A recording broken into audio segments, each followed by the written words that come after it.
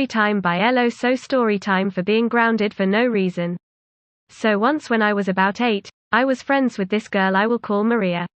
She would be rude to me and my younger sister for no reason, and when me and my sister said something, Maria would make up a lie for us to get in trouble. Okay, so the main event of the story, she was up pushing my buttons like always, so then I snapped at her and I said, "Your mother is probably disappointed with your behavior." And then she ran to her mother saying, my in real life name, called me a dissapointment. And of course her mother comes in the room and explains how her child is not a disappointment, and she would call my mother. So she did, and then I was grounded. Story time of how I lost my best friend. Here's a little backstory So, I joined this school in year 5. And a few months after joining I became really close friends with this girl. I'm not using her real name cause I don't want to hate on her. Let's just call her Zoe. So me and Zoe were in a friend group with another kid. Let's call her Olivia. Okay, fast forward to the middle of year 6. Olivia was still BFFs with us, but she didn't really talk to us much anymore and mostly hung out with this bully. But this one day, we were all on a call and started texting on this group chat. The group chat had everyone in the class who had a phone on it, and me and Olivia, we're kinda not so nice on there. So Zoe's mom read the chat and I got in trouble for it with my parents. I'm not mad cause I more than deserved it. I apologized and everything was fine until one day I make a spelling error and Zoe and another kid in our class just start bullying me for making a typo. So I just tell them they're being rude, and then Zoe brings up that other day, which, by the way, she had accepted my apology for. So I ask her what my apology is. So this girl has a medical issue and I'm totally sorry for her, and I always ask her if she's okay. But she takes advantage of it and starts complaining that I don't care. I obviously do. So she starts sending screenshots of that day and keeps saying that I don't care even though I was saying I do. In the end she left the group chat. The next day, her mom texted my mom that I was being rude to her. Honestly, I don't even. So my mom looked at the chat and saw I did nothing wrong. We haven't talked since last PE when she said I was dumb. This story time is by me, Viona Jane, and my sis Althea. Okay, so I still remember this and it traumatized me if I did so while I was just playing normally and I decided to take a break when I heard a sound. Side note, I was with my older sister playing.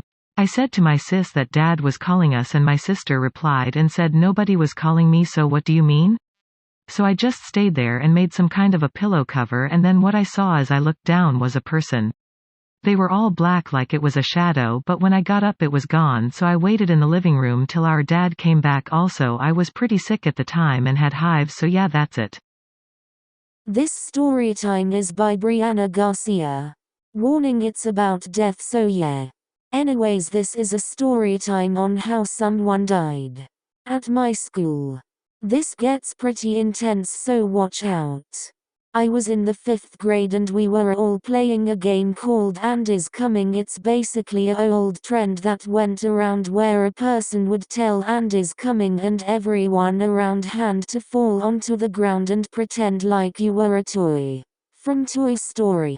So anyways, all of the 5th grade classes in my school would play this game, so there was also this new girl who wanted to join in. I don't think she really understood the concept very well though, because she was standing on the concrete cement floor, so when someone said Andy's coming and everyone fell to the floor. For some reason she did it head first. Well, that didn't end too well and she injured her head.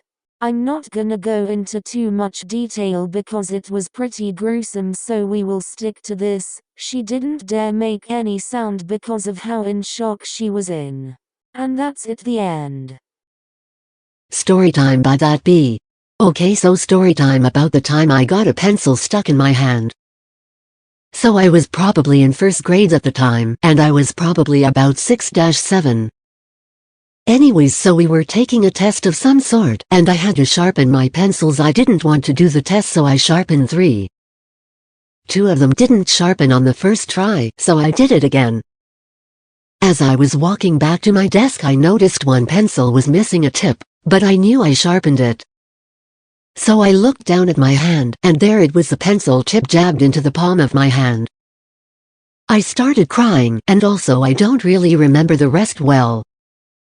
What I do remember is my teacher asking this kid, who we will call Mason, to take me to the nurse's office. Mason took me there and dropped me off. In her office she saw me, then shooed me off into the bathroom. In there I stood in the bathroom with my hands over the sink. Anyway, she grabbed me some tweezers.